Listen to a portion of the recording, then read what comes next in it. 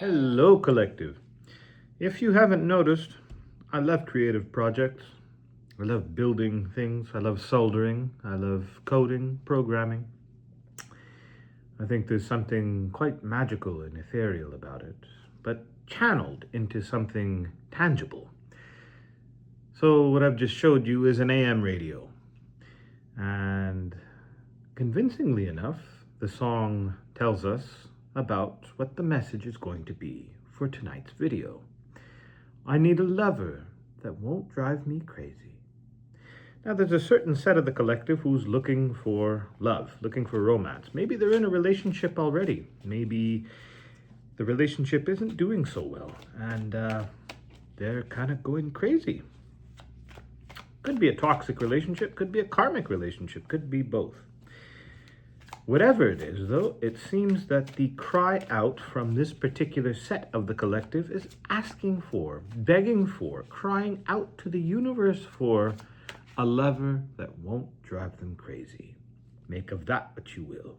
Could be a woman, could be a man, could be anything. Doesn't matter. Love is love. So, what we're going to do to try and channel this message is we're going to take one card from the tarot and we're going to take 3 cards from an oracle deck. We will particularly use this one. I like them. They read well. They read well with me. So, let's see what the ethers can divine for me to you. Take what resonates, leave what doesn't, and remember, this is simply for entertainment. What do we got here? Oh boy, we got the 5 of Cups. That's, it's a bit alarming, but hang on. The 3 oracle cards should help us clarify, yes? Let us begin. Now, one thing I've noticed in the spiritual community is a certain obsession with signs and synchronicities. Have you seen this number? Have you seen 111, 222? Have you seen 10:30, 11 o'clock maybe? Light. Very nice. Now, I don't mean to mock or make fun. What I mean to actually say is that imagine you're driving down a road, a highway, right?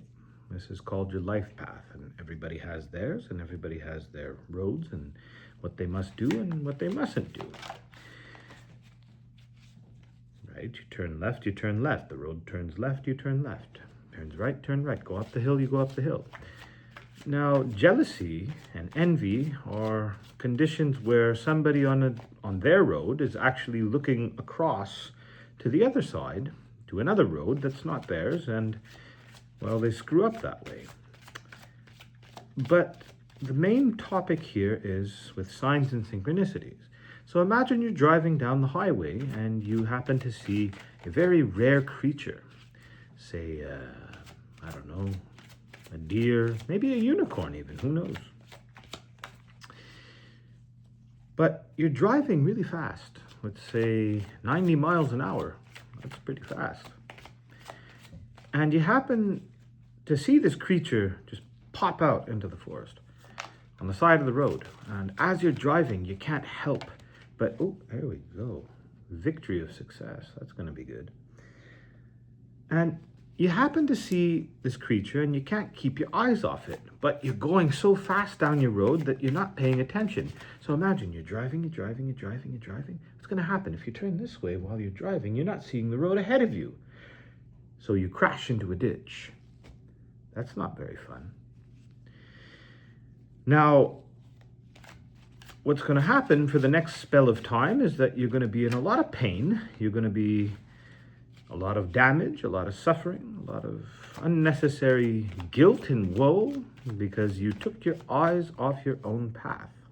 As they say as well, this is not necessarily the same thing, but it is similar.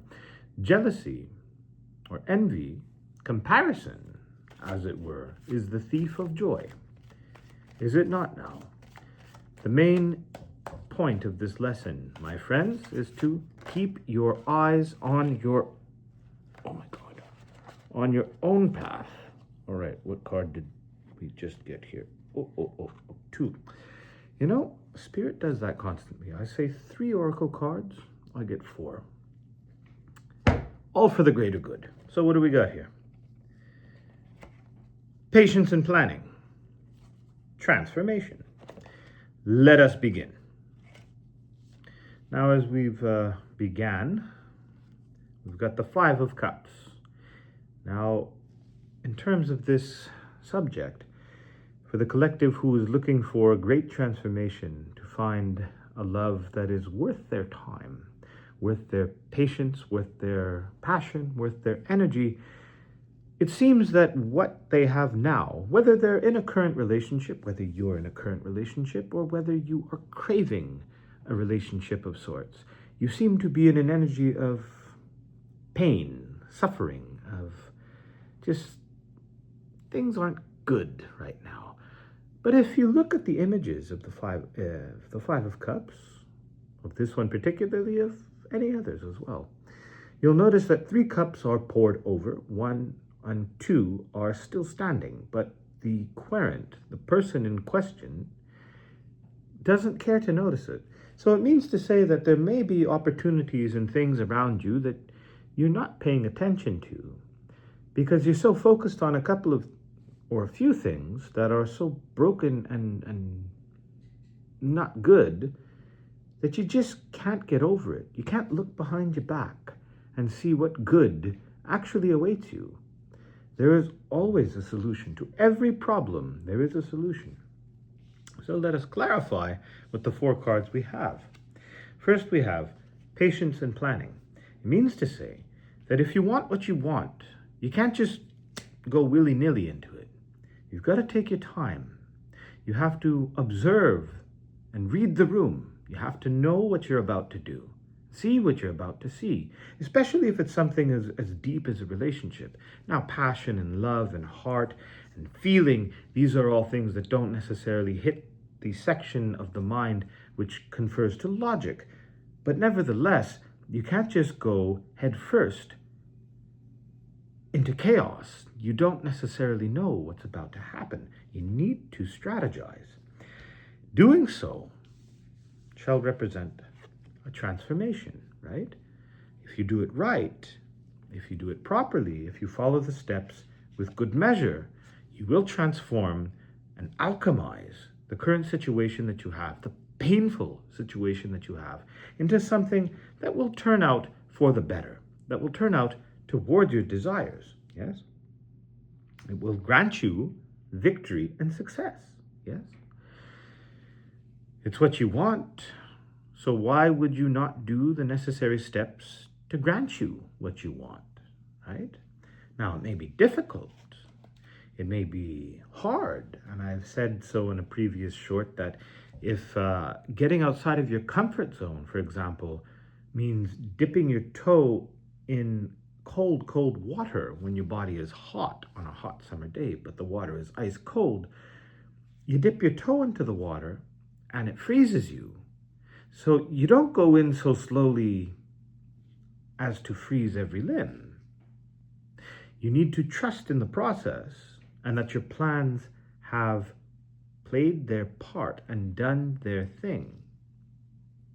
That you can trust the universe, that the universe will give you what matters. That you can jump in wholeheartedly. Sure, your body will freeze for a second, but you put and plunge the whole thing in.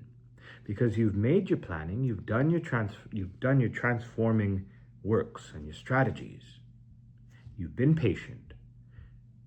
You've dipped your toe in the water. But you don't go in haphazardly and slowly. You go in with full confidence, knowing the universe has your back. And hence, we come to the last card, light. Light will help you see that the 3 cups that fell over were not good for you anyway, and that the universe helped you knock them over so that you could see that the 2 cups behind you have far more worth and far more greater value of love, passion, patience, and kindness, of the things that you need and the things that you desire. This is Jogya's transmission, my friends. You handle yourselves well. You take care. Have a good night.